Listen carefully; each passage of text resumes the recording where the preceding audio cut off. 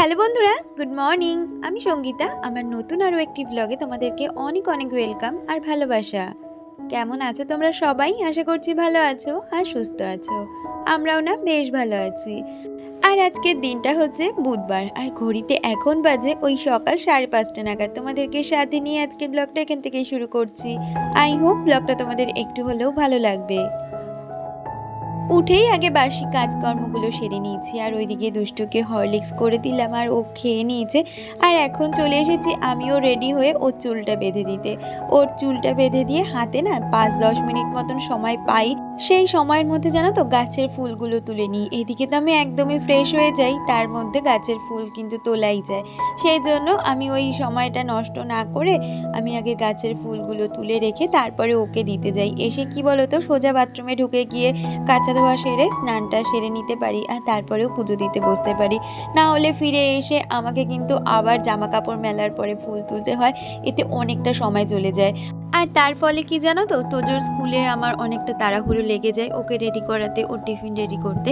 তো সেই জন্য এই কদিন ধরেই এখন এই কাজটা করছি যে 5-10 মিনিট সময় পাচ্ছি। আগে না ওই উঠেই একটু ল্যাদ লেগে যেত, ফোন নিয়ে বসে পড়তাম। কিন্তু এখন আর ওই ফোনটা ধরছিই না বলতে পারো, শুধু ভিডিও করছি আর নেটটা অফ করে রাখছি, কারণ নেট অন করে রাখলেই মনে হয় কি ফোনটা একটু স্ক্রল করে দেখি। তো সেই কাজটা না করে ফুলগুলো তুলে রাখছি। তো যাই হোক, কথা বলতে বলতে অনেকগুলো কাজ তো সেরে ফেললাম। ওইদিকে দুষ্টুকে দিয়ে এসে আমি স্নান করে নিয়েছি, সাথে বেশ কিছু জামা কাপড় ছিল সেগুলোকেও ধুয়ে এখন মেলে দিচ্ছি। আর কি জানো তো, আমাদের এদিকে আবার নিম্নচাপ শুরু হয়েছে। এই যে আকাশ দেখছো, একদমই পরিষ্কার না, মেঘলা করে আসছে আবার একটু পরিষ্কার হচ্ছে। রোদ তো থাকছেই না। এই দুদিন আগে বেশ রোদ ছিল, জামা কাপড়গুলো আমার বেশ ভালো শুকিয়ে গেছিল, কিন্তু এখন আর জামা কাপড় শোকাচ্ছে না। আজকে তো সারাদিনে কোনো জামা কাপড়ই শোকায়নি। আর কথা বলতে বলতে এদিকে পুজো দিতে বসে পড়েছি। আর গাছে এত ফুল ফোটে না, যেগুলো দিয়ে সাজাতে ভগবানকে খুব ভালো লাগে, আর ওইগুলোই তুলতে অনেকটা সময় লেগে যায়। আর এখন দেখো, সমস্ত ঠাকুরকে ফুল দিয়ে সাজিয়ে এখন খেতে দিয়েছি, সাথে আরতিটাও সেরে নিচ্ছি। সকাল সকাল স্নান সেরে পুজো দেওয়ার অভ্যেসটা বলতে পারো আমার বিয়ের আগে থেকে। আগে অবশ্য মা পুজো দিত, কিন্তু আমাদের বাড়িতে তো শিব মন্দির রয়েছে। তো স্নান করে যখন আগে কলেজ যাওয়ার প্রস্তুতি নিতাম, তখনই কিন্তু ওই ভোলেনাথের মাথায় জল ঢেলে দিতাম। কিছু পুজো না দিই, শুধু ভোলেনাথের মাথায় জলটা ঢালতাম। এটা আমি আগাগোড়াই করতাম। ওই যে বলি না, ভোলেনাথের সাথে আমার কিন্তু একটা অন্যরকম সম্পর্ক, বলতে পারো বাবা মেয়ের সম্পর্ক। আর ওইদিকে পুজো সেরে এখন সোজা চলে এসেছি রান্নাঘরে সকালের চাটা বসিয়ে দিতে। তো এইদিকে দেখো 2 কাপ চা বসিয়ে দিয়েছি, সাথে তোজোর হরলিক্সটাও করে নিচ্ছি। আর আমি তো জানোই সকালবেলা কিন্তু লাল চা খাই, আর সেটাও আবার চিনি ছাড়া। আর হাজব্যান্ডের চাটা চিনি দিয়েই ও খায়। আমাকে টুম্পা বানেশ্বরদি কমেন্ট করেছো, তুমি লিখেছো, শুরু থেকে শেষ অবধি পুরো ভিডিওটা দেখলাম বোন, খুব ভালো লাগলো। জানো তো আমিও টুকটাক ব্লগ বানাই, তবে কেন জানি না ভিউজের অবস্থা দেখে ডিমোটিভেট হয়ে পড়ছি। ভিডিও বানানোর মতন ইচ্ছা মানসিকতা কোনোটাই আর কাজ করছে না গো। তুমি যদি একটু আমায় বলে দাও যে কি করে কি করব, তাহলে ভীষণ উপকৃত হব। তো প্রথমেই তোমাকে বলতে চাই, ভিউজ প্রবলেম কিন্তু আমাদের প্রতিটা কন্টেন্ট ক্রিয়েটারদেরই রয়েছে। কারোর আজকে ভিউজ ভালো যায়, তো কারোর 2 দিন বাদে গিয়ে ভিউজ ডাউন হয়ে যায়। যেমন আমার ক্ষেত্রেই বলি, আমার হয়তো এই 2 দিনের ভিডিওর ভিউজ একটু ভালো দেখেছো, কিন্তু তার আগের ভিডিওগুলো দেখো, এমনকি কালকের ভিডিওটাও দেখতে পারো, আমার কিন্তু ভিউজ ডাউন যাচ্ছে। তো দেখো, ভিউজ নিয়ে আমরা কেউ কিছু বলতেই পারি না, এইটা সম্পূর্ণভাবে ইউটিউবের হাতে থাকে। তো আমরা যারা ইউটিউবে কাজ করি, প্রত্যেকটা মানুষই কিন্তু ইউটিউবের এই ভিউজ প্রবলেম ফেস করি। তো এইটা নিয়ে তোমরা যদি চাও, কারণ অনেকেরই প্রশ্ন থাকে আমার কাছে, দিদি ভিউজ হচ্ছে না, কি করব। তো দেখো, আমার এই একটা ছোট্ট ব্লগের মধ্যে আমি তোমাদের কমেন্ট পড়ি, রিপ্লাই করি, এমনকি তোমাদের নাম নিই, আর আমার কাজ সম্বন্ধেও তোমাদের জানাই, সাথে আমার কিছু এক্সপিরিয়েন্সও সংসারে শেয়ার করি। তো তার মধ্যে আমার মনে হয় না এই একটা বিষয় নিয়ে এতটা কথা বলা যাবে একটা ব্লগের মাধ্যমে। তোমরা যদি চাও যে আমি ভিউজ প্রবলেম নিয়ে তোমাদের সাথে কথা বলি, তাহলে অবশ্যই তোমরা আমাকে কমেন্ট করে জানাও বেশি বেশি করে, তাহলে চেষ্টা করব অন্তত একদিন লাইভে এসে তোমাদের সাথে কথা বলার, অথবা সেটা নিয়ে ভিডিও বানানোর। আমার মনে হয় ভিডিও বানানোর থেকে লাইভে এসে বললে তোমরা বেশি উপকৃত হতে, কারণ তোমাদের প্রশ্নগুলো আমি সঙ্গে সঙ্গে পড়ে তার অ্যান্সার দিয়ে দিতে পারতাম। তো তো যাই হোক, কথা বলতে বলতে আমি কিন্তু আমার ঘরটা ভালো করে পরিষ্কার করে এসেছি। ওইদিকে না চাদরটা একটু আজকে ভালো করে তুলে ঝেড়ে পাতলাম। আর তারপরে এখন চলে এসেছি শ্বশুরমশাইয়ের ঘরটায়। তো এই ঘরটা তো জানোই তোমরা, প্রতিদিন আর বলার কিছু নেই, এইরকমভাবেই নোংরা হয়ে থাকে। আসলে ঘরে বাচ্চা-কাচ্চা থাকলে ঘরবাড়ি তো নোংরা হবেই, সেটাকে পরিষ্কার পরিচ্ছন্ন রাখার দায়িত্বও কিন্তু আমাদেরই থাকে। আর আমার মনে হয় আমার ঘরে বাচ্চা আছে বলে ঘরবাড়ি নোংরা হয় সেটা কিন্তু নয়। আমাদের প্রতিটা মানুষের ঘরবাড়ি কিন্তু কম বেশি প্রতিনিয়ত নোংরা হয়। আর সেটাকে কিন্তু প্রতিদিন আমরাই এরকম গুছিয়ে সুন্দর করে রাখার চেষ্টা করি। ওইদিকে বিছানাটা সুন্দরভাবে পরিষ্কার করা হয়ে গেছে, আর এখন চলে এসেছি সোফায় জামাকাপড়গুলো ভালো করে ভাঁজ করে জায়গা মতন রেখে দিয়ে সোফাটাকেও সুন্দর করে পরিষ্কার করে নেব। তোমরা যে আমার প্রতিদিনের কাজকর্মগুলো দেখো, যেগুলোকে তোমরা এত এত বেশি ভালোবাসা দাও, সেগুলো কিন্তু প্রতিদিন আমি একটা নিয়ম মাফিক করে থাকি, বলতে পারো আগে থেকেই একটা প্রি প্ল্যানিং করে থাকি। আর আমি কিন্তু যেইভাবে আমার প্ল্যানিং সেট করে কাজ করি সেটাও আজকে তোমাদের সাথে শেয়ার করব। আমার মনে হয় সব কাজের কিন্তু পূর্ব পরিকল্পনার প্রয়োজন আছে। প্ল্যানিং ছাড়া কোনো কাজেই কিন্তু আমরা সাকসেস পাই না। সেই ক্ষেত্রে সংসারের কাজগুলো তো অবশ্যই করে আমাদের প্ল্যানিং করেই করতে হবে। এক্ষেত্রে দেখবে আমরা কিন্তু নিজেদের জন্য অনেকটা সময় সেভ করতে পারি। আসলে আমি মনে করি না সংসারটাকে ভালোবাসি বলে সংসারের কাজে সারাদিন নিজেকে ব্যস্ত রাখতে হবে। সংসারের কাজ তো অবশ্যই করতে হবে, তার মধ্যে থেকেও কিন্তু নিজেদের জন্য সময় বার করতে হবে। নিজেরা ভালো না থাকলে সংসারটাকে কি করে ভালো রাখবো, তাই নয়? সেই জন্য আমি কিন্তু এই যে এই প্ল্যানিং করে কাজ করি, তাতে অনেকটা ফ্রি সময় পাই আমি নিজেকে দেওয়ার জন্য। আর এই প্ল্যানিংয়ে চলি বলেই কিন্তু নিজেকেও যেমন ভালো রাখতে পেরেছি, সাথে সংসারটাকেও আর সংসারের প্রতিটা মানুষকেও ভালো রাখতে পেরেছি বলে আমি নিজে মনে করি। তো যাই হোক, কথা বলতে বলতে ওইদিকে তো ভাতটা সকালেই বসিয়ে দিয়েছিলাম, ঘর গোছানোর আগে ভাতটা তো হয়ে গেছে। সাথে ওইদিকে একটু কিন্তু আজকে এনেছিল থোড়, তো দুটো থোড় এনেছিল। আজকে বললো একটাই করি, কালকে আর একটা করা যাবে। সমস্ত কাটাকুটি তো আমার হাজব্যান্ডই করে দেয়, তোমরা তো জানোই। আর ওইদিকে আমি থোড়টা একটু কালো জিরে ফোড়ন দিয়ে বসিয়ে দিয়েছি। সাথে আজকে আনা হয়েছিল একটু পালং শাক। আজকে জানো তো পালং শাকটা খাওয়ার পরে মনে হচ্ছে যে শীতকাল পড়ে গেছে বোধহয়।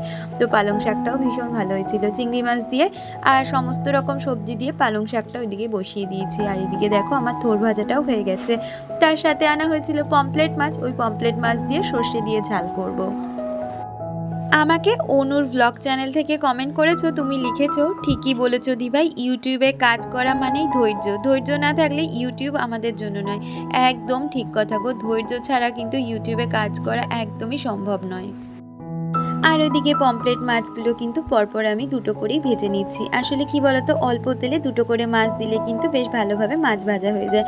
আর পমপ্লেট মাছে না ভীষণ তেল টানে, তো সেই জন্য দুটো দুটো করেই ভাজি। আর ওইদিকে আমার শাকটাও কিন্তু বেশ সুন্দর মজে গেছে। আর এদিকে চিংড়ি মাছটা দিয়ে ভালো করে একটু নুন মিষ্টি দিয়ে নামিয়ে নেবো, মানে আরও একটু টানাবো কারণ অনেকটাই জল জল রয়েছে। আর এদিকে কালো জিরে ফোড়ন দিয়ে মাছের ঝালটা করে নিচ্ছি। কেনা সর্ষে দিয়ে রান্নাটা করছি, তোমরা তো জানোই আমি সর্ষে বাটলে সর্ষে কিন্তু ভীষণভাবে তিতো হয়ে যায়, সেই জন্য কেনা সর্ষে দিয়েই রান্নাটা করে নিচ্ছি। আর এদিকে দেখো আমাদের শাকটাও কিন্তু হয়ে গেছে। আজকে শাকটা সত্যিই ভীষণ সুন্দর হয়েছিল, শুধু মনে হচ্ছিল যদি এখানে একটা মূলো দেওয়া যেত আরও বেশি টেস্ট লাগতো। আমাকে শিউলি কাকিমা কমেন্ট করেছে, তুমি লিখেছো কত যত্ন করে ভালোবেসে তুমি আমার কমেন্টটা পড়লে, মনটা আনন্দে ভরে গেল সঙ্গীতা। তুমি যে সবাইকে এত সম্মান আর ভালোবাসা দাও, এটা দেখে আমার খুব ভালো লাগে। তোমার ব্লগটা দেখলাম, খুব ভালো লাগলো। তোমার প্রতিটা ব্লগ খুব সুন্দর। খুব ভালো থেকো, তোমাদের সবার জন্য অনেক ভালোবাসা। থ্যাংক ইউ সো মাচ কাকিমা। আমিও ভগবানের কাছে সবসময় চাই তোমাদের পরিবারের সকলে যেন খুব ভালো থাকে, সুস্থ থাকে। আর কাকিমা, তুমি যে সম্মান দেওয়ার কথাটা বললে, এই ব্যাপারে আমি একটা কথা বলতে চাই। জানি অনেক জ্ঞান দিয়ে ফেলি তোমাদের, আসলে কি জানো তো, আমার নীতিটাই অন্যরকম। আমি মনে করি কি যে যেই তোমার থেকে ছোট হোক বা বড় হোক, সম্মানটাই কিন্তু সবার আগে প্রয়োজন। তুমি যদি কাউকে সম্মান দিতে পারো, সেও কিন্তু তোমাকে সম্মান দেবেই, সম্মান দিলেই সম্মান পাওয়া যায়। তাই জন্য আমি চেষ্টা করি সমাজের প্রতিটা মানুষকে সমানভাবে সম্মান করার। তো এই নীতিতেই আমি সবসময় চলি। ভগবান আশীর্বাদ করুক, এইভাবেই যেন সবসময় চলতে পারি। আর এদিকে দেখো কথা বলতে বলতে আমার যে হাতের বাসনগুলো ছিল সেগুলো এখন মেজে নিচ্ছি। আসলে কথা বলতে বলতে না মনের অনেকটা আবেগ তোমাদের সাথে প্রকাশ করে ফেলি, সেই জন্যই বোধহয় জ্ঞানগুলো দিয়ে ফেলি। নিজের খুব ভালো লাগে কথাগুলো বলতে, অনেকেই পছন্দ করো, আবার অনেকেই হয়তো অপছন্দ করতেই পারো। আর এদিকে দেখো বাসনগুলোর সাথে সাথে ভালো করে বেসিনটাকেও মেজে নিলাম। তো বন্ধুরা, যেমনটা দেখতে পেলে এখন ঘড়িতে বাজে দেখো ওই যে 10:30 নাগাদ। ওইদিকে সমস্ত কাজ বাজ আমার হয়ে গেছে, রান্নাঘরের কাজ, সংসারের সমস্ত কাজ। আর এখন বসবো এডিটিংয়ে। কি বলো তো, কালকে ওই যে বলেছিলাম না তোমাদের, একটু বেরিয়েছিলাম, আর আমার না সাইনাসের প্রবলেম রয়েছে।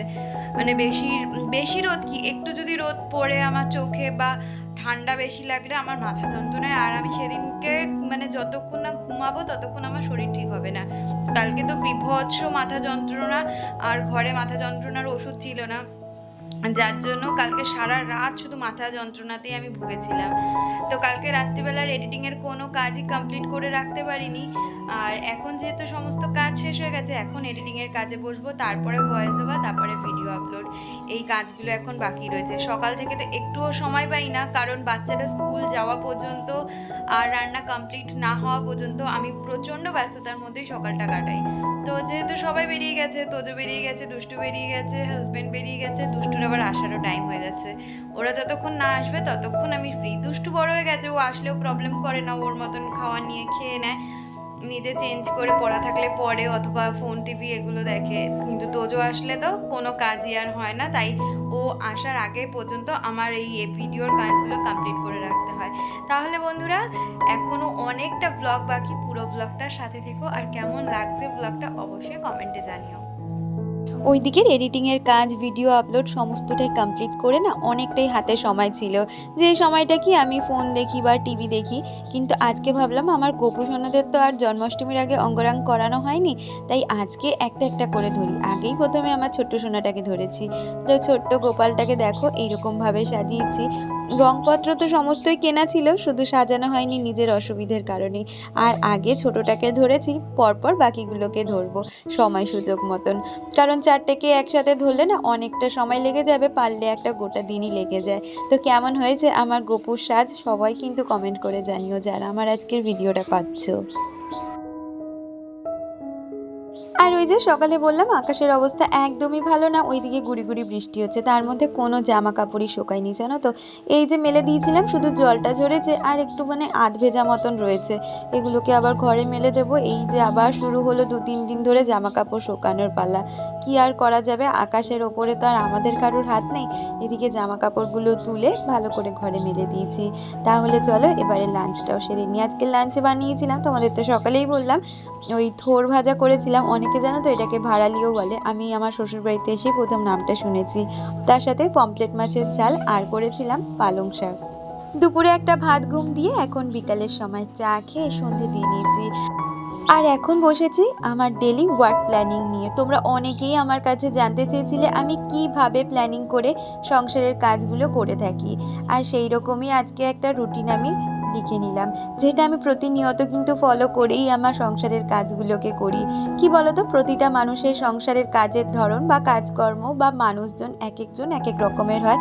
তো সেই হিসাবেই কিন্তু আমরা যদি একটা প্রতিদিনের রুটিন ফলো করে চলতে পারি, বা একটা রুটিন যদি আমরা করে নিতে পারি, সেই রুটিন অনুযায়ী চললে এর মাঝে দেখো আমি অনেকটা সময় কিন্তু সারাদিনের রেস্টের জন্য পাই, যেই সময়টা আমি নিজেকে দিতে পারি।